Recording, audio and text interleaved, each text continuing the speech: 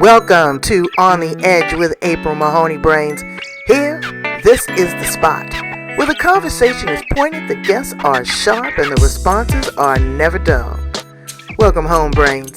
There's only one requirement to hang out on the edge, is that you open your big brain and close your small mind. Did you bring your thinking caps? It's time to put them on, because the conversation starts now. On the Edge with April Mahoney, the place here where the conversation is pointed, the guests are sharp, and the responses are never dull. I want to welcome a wonderful singer, and I always want to say it wrong, but it's right. Musician, Blythe. Do it again. Hold on. I'm a qualified sound therapist, or a sound healer, or a sounder. I'll say it. All right, so let me start it again. Hold on. I'm not really a musician, but I guess I come under that cover, but yeah. Okay, so you're a sound therapist. Yeah. Okay, all right. 1, 2, 3. Welcome back to On the Edge with April Mahoney Brains. This is the place where the conversation is pointed, the guests are sharp, and the responses are never dull. We want to welcome our guest today, Trish Blythman from Australia. She is a sound therapist, and we're going to have a very fascinating conversation on the ability of sound to heal us, and it's not just for enjoyment, frequencies, how people are using this now to get through trauma and work through a lot of stress in their lives. Trish has dedicated her life to this. She has a beautiful singing voice, and she also works with a lot of very interesting instruments that we'll talk a little bit about. So help me welcome her here to the Edge, our guest today, Trish Blythman. How are you, Trish? Hey, April. How are you? So lovely to speak to you today. I'm good, doing good. So thank you so much for being on the Edge with me. I'm so excited to have you. Tell us a little bit about the work that you do and how music found you. Okay. The work that I do came about from an experience, a spiritual enlightenment that I had way back about 11 years ago now. Prior to that, I wasn't really doing anything musical or anything to do with sound, but it sort of woke me up to my gift or gift of service, I guess you would say. But that's a whole other story, which I won't go into because it's very long-winded, but just say an angel came and touched my heart and said, right, get out there and start doing this work. So I basically didn't really know anything about sound and all that, but I started to wake up to being able to speak in angelic tongues, or light languages, as a lot of people know it now. And really didn't come with a manual, so I didn't really know what I was supposed to do with it. I just knew that that was something that I was working up to do at this time of evolution as a part of my soul contract, and so off I went. And I started to put groups of people together through meditations, and beautiful sound instruments started to come into my field of awareness. And so I started out with Himalayan singing bowls, which are sometimes known as Tibetan singing bowls by a lot of people, but actually come across from all over the Himalayas. And they're beautiful instruments that put out this very harmonic sound that carries on and on and on. So it's a very beautiful sound. We tried doing this once before. I have some that are quartz, but here's one just grain so you can see as an example. Yes. The smaller one.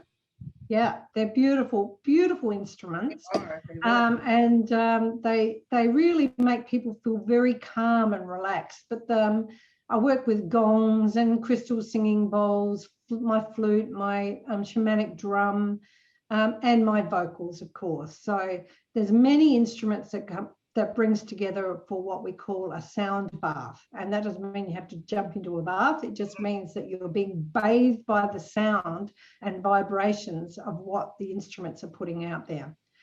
Because really, basically, sound does for us is that, everything is energy. Everything in the world is energy. And what that does, it actually vibrates and puts out a vibration because of the movement of this energy.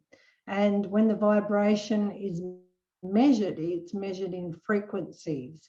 And those frequencies, as we probably know in musical terms, is hertz. So how sound works for people is when you're actually having somebody within the sound, is that it's finding the sympathetic resonance and entraining our body and our cells to come back into harmony and balance. So it's the most amazing healing modality around. It's not like it hasn't been around. It's been around for centuries. You know, people in tribes and even in the Egyptian pyramids, they used to have sound chambers that the physicians used to put their clients in. So it's not like a new thing. But when I first started, there was hardly anybody around doing sound therapy. And now it's just like everywhere around the world. There's so many people doing sound healing, sound baths, sound immersions, all sorts of names they come under. But basically what you're doing is laying within the sound, and like the sound is finding anywhere on any level, whether it be mental, emotional, physical, or spiritual, where you might be out of whack somewhere, and it's finding that block, that stuck energy as it comes in. And, you know, we know that when we are in pain and when we have disease and sickness and depression and all that, it's just a blocked energy in somewhere within our body. So what the sound does is it comes in and it works against that resistance. And if we take a big breath and just let go and accept, it allows it to move it through and bring us back into harmony. So it's basically what sound therapy does. It brings our body back into more health and well-being, you know, relaxation, giving a chance for ourselves to come back into harmony and balance. And not only stuff, but it also works at a genetic level. It also works within the cells. That's exactly right. It hits within the cells. Right, to regenerate them. I know that I have some friends here. When I was going through a spiritual awakening, I thought that I was supposed to raise my frequency, but actually I was supposed to lower it. I went to a drum circle. And in that drum circle, it was just amazing because not only did my heart beat, but I connected with people in a very different way. It was almost like a vortex, like a portal that opened for us. It was a channel of change. And again, we had the gongs and we had the singing bowls, and it was just a lot of wonderful things. Now, when you sing in light language, is it almost, and I don't know, I'm just assuming, are you like in a meditative state, a trance state? You know, are you feeling that you're connecting with a higher source? And do you understand at this point, you know, can you translate some of the things that you're singing? Well, not necessarily when I'm singing, because I do spoken word and healings with people. So, you know, I do people from all around the world. I can do a message for them and I translate it. So I can translate. You know, it was in the Corinthians. I only just found it this morning that I'd written something about how in the Corinthians it mentions about Corinthians 14:1-20, verse 6. But at this time, brothers, if you should come speaking to you in tongues, what good would I do you unless I spoke to you either with a revelation or with some knowledge or a prophecy or some teaching? And because, you know, originally when I first started, I could not translate. And, you know, my awakening wasn't to do with the church. Not that I'm having anything to say about that, but I'm saying mine wasn't to do with the church. I didn't go there to be activated into speaking in this way. It was an actual spiritual awakening, and I did see the sacred geometries coming into my consciousness, and I fluently just started to be able to speak it. And so I didn't know how to do it initially. I didn't even know what I was doing initially, because it was just so fluently, you know, off my tongue that I was able to, it's like it was a part of me just flowing through from heaven, that I was just speaking these words. So then, but eventually I started to be able to translate what is actually being said to the person. Of course, we know that like light language is really high frequency, high vibrational words. So they're not even of this world. Right. So, you know, like English words would be about that much vibration compared to, you know, that of light languages. So I'm only translating a very small part of what I am seeing and feeling and hearing coming through about that message for somebody. But, you know, I used to think it was maybe I wasn't supposed to translate, but then I was reminded by Corinthians that, yeah, it actually is even more potent as us as a human being to have some translation with that. Not to say it's not as powerful without it, it is. So, but with my singing it, I don't really go into working out what I'm actually saying. I just believe and trust that what the vibration and the frequencies that I'm sounding are perfect for the listener, perfect for the person and for what they need. So yeah, it's basically how it all happened for me. Well, that's amazing. So how did you become this amazing recording star? I mean, you know, now you have tons of, you know, recorded music, playing the different instruments, really creating these healings. What encouraged you to take it in that direction outside of just being a therapist?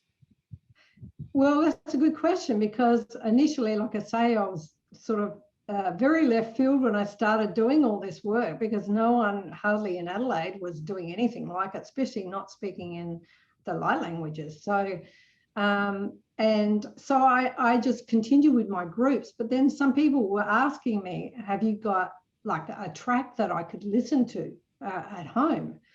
And one of my dear friends who does recording and has done recording for many, many years since she was young, she said to me, well, I think I can make that happen for you. So she's helped me set up a studio at home and all the right software on my computer and everything for me to go in and do some recording. And it was just after my awakening experience by about a year. And it just flowed so quickly. From the moment she set me up, it was like it was waiting to come through. And I'd just go out into my back room, so anywhere around 10 o'clock until 4 o'clock in the morning, I'd be recording, and the next track to be done, basically. So it was just really channeled, flowed through me like somebody was just right there and helping me also, because I wasn't technology based with what I was doing. Right. I'd never learnt any of that. And so it was like, yeah, with a little bit of a help, but most of my learning and whatever divine interaction I had with me, I was able to put together my first album, Awakening the Divine Heart, which was really, really popular with a lot of people.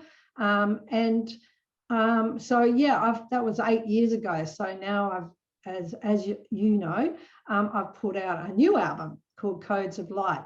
Very different in a way from the first one, as you would probably hope it to be, because I've grown and changed as well. But so has, you know, the world. And so I guess all of my work really is about waking other people up. Even if I'm in a private session, treatment with people, doing something over Skype or, you know, through Zoom or wherever I'm doing my one-on-ones with people. I have also put together, you know, something personal for somebody, which has got the light language in there, a bit of a reading and some music for them to meditate to. But it's all about the codes of light, which is why I've called my album Codes of Light. And that's the new album cover. Oh, that's beautiful. It is. It's really beautiful. Samuel Ferrand is a beautiful digital artist, and he's. I saw this April, probably about 6 or 7 years ago, and I fell in love with the picture. And then when I came to putting together my new album, you know what it's like on the internet, like it gets thrashed around everywhere. How do you find the artist behind it all? Because nobody puts a name to it. And yeah, so I found him. It did take 2 or 3 months to get it all done. He had to reinvent that same picture for me because he'd lost the file. But he put it together just pretty well the same as what he had the original. and it got on. I knew it had to be on that album. I knew that 6 years ago, and I didn't even know the name of the album back then. So if you don't mind, can you dial back a little bit and tell my brains a little bit about your spiritual awakening, as much as you want to share, because people want to connect with you on that level. For people that don't know you, or people that are not well versed in sound therapy, I am. Again, like I said, I've invested in bowls. I love them. As my mother was passing, I was able to play them, and I really felt a portal. I felt like I was chipping away at coal to find a diamond. I felt like the angels were coming to get her, and I was opening the space for her with that vibration, with that frequency. But tell us a little bit about your spiritual awakening when you found this gift. Well, it found me, actually. I was just in my normal day-to-day life. I've done spiritual work for many years prior, a Reiki master, and working with automatic writing and spiritual work. But I hadn't done anything for probably about 2 years. I was working at an aged care facility, and my mum was over there as well. And so everything was going along pretty smoothly. I was contracting, doing some healing work with the elderly, massaging, so on. But I started to wake up early hours of the morning, like an angel had touched my heart. And it was really, that time, when we're most magnetically connected to spirit, which is between around 3 o'clock to 6 o'clock or 5 o'clock in the morning. That's when we have that, strongest link with spirit. And I would wake up like an angel would just touch me on the heart, and it would just take my breath away. Seriously, it was like my whole heart had completely opened up. And it was just full of this amazing love. It made me gasp. I'd just be like, like it really expanded my heart area. And it was a love that wasn't from here. I knew it wasn't from here. It was heavenly love. So that's how it started. Wow. And it just continued on and got stronger and stronger. Excuse me, my gasp is made my throat go. And I know it takes your breath away. It does take your breath away. And so it just continued until I started to also feel very peaceful in the mind. Like there was nothing going on in my mind. There was no thought, there was no worry. My patterns and programs, my nail biting, my beating myself up with my thoughts, everything just went quiet. It was like I was in nirvana. And that just continued and got stronger and stronger it went for a whole 9 months, this awakening experience. And in the last 3 months, I was having these surges of energy. Some know it as Kundalini. It was just like this surging through my feet, all the way through my body, quite sensual, quite heart opening again. And that went on for about 3 months before I turned 50. And when I turned 50, I started to feel myself falling back into my heaviness of my humanity in my body. My thoughts started coming back the way they were. But on the tail end of that, I received 3 sacred codes that came in, like sacred geometry codes. Some call it in the Keys of Enoch or a few other places around, burning, burnt fire letters. But they just came in, 3 on one side, 2 on the other side. And I started to fluently speak in these languages, and to sing in these very high, beautiful codes. And you said you were never a singer before. I was able to sing. I never felt drawn to it. I think I went into one band later in life because everyone kept pushing me to do so, but it never came natural for me to do that. And I always used to push it to the side. I knew I had a nice voice, but the voice that was coming through after that experience, I always seemed to sound and sing in my lower registers, this was very high angelic tones. These were very high notes that I normally wouldn't ever easily sing to, but I can quite easily just jump into that at pretty well any time to sing those high notes. So yeah, it was a different sort of tones and frequencies and vibrations that were coming through. So yeah. You work with, all ages, because I know now here in America, they are really trying to shift the work that they're doing with younger children. Now instead of making them write standards or stand in the corner or be in timeout, they really work with them on a more energetic, spiritual level. They're doing more yoga. They're doing more,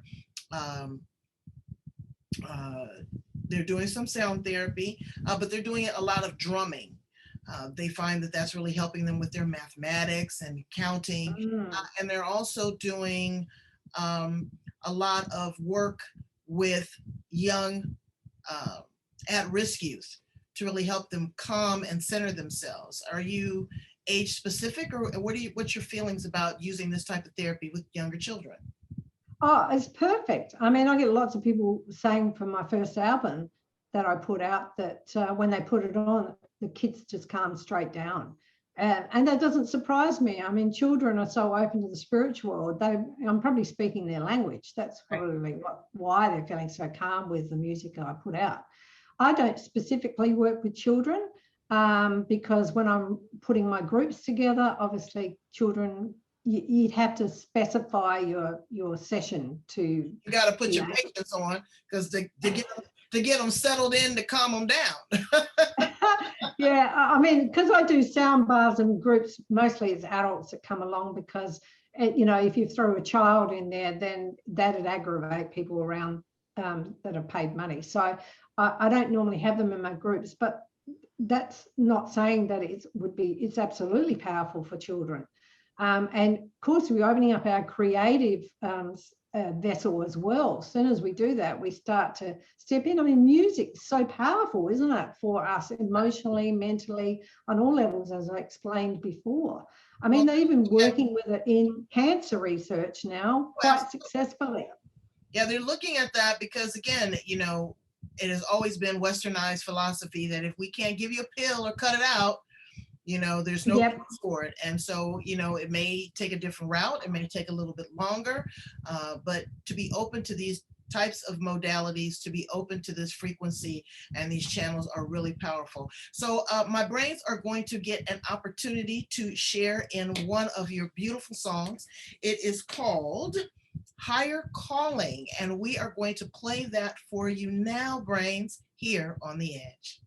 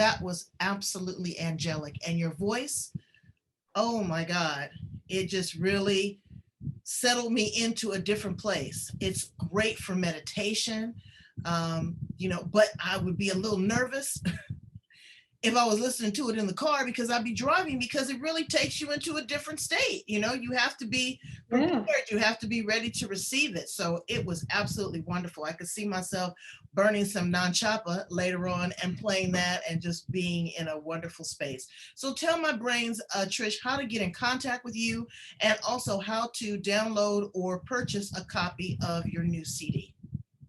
Right. Okay. Well, I'm on many spots. I'm on YouTube under my name, Trish Blythman. So you can look on YouTube. I've got a few beautiful videos up there with some of my music as well. Trish Blythman at Bandcamp. Bandcamp's my digital download. That's the perfect way to do it, to get your digital downloads. So Bandcamp under my name. And you can contact me through Facebook under my name again, or Instagram, or also trishblythman@gmail.com. So if you want to get that beautiful higher calling, I mean, the music is really set to help people wake up, and also at this time of evolution, perfect for us to take on those codes that are coming in now from spirit for us. And that's what higher calling was about. It was about us connecting with our spiritual self, being called really from heaven. Really after COVID, everyone had the perfect time out. So this was the time to reconnect with self, with your source, and with great people like you. And it's not just the Music Brains. I want you to contact her if you are really looking for someone to help you through some trauma, or just to relax or to de-stress, because I'm sure she's an amazing, amazing therapist. So thank you for being here on the edge with me. I appreciate you and I value you. Keep us abreast as to what's going on in your world. And if there's anything that we can do to support you here in North America, we are definitely here for you. Thank you. And yeah, that's my whole thing, is to be able to get these codes out around the world. That's what I want to do. That's my biggest dream, really, is for people to hear my music and to really resonate with it, and to help them heal. Exactly, because we need to heal. We do. Yeah, now's the time. That's right. Take care of yourself, Brains. Check her out. Thank you. See you, everyone. Bye-bye. Bye.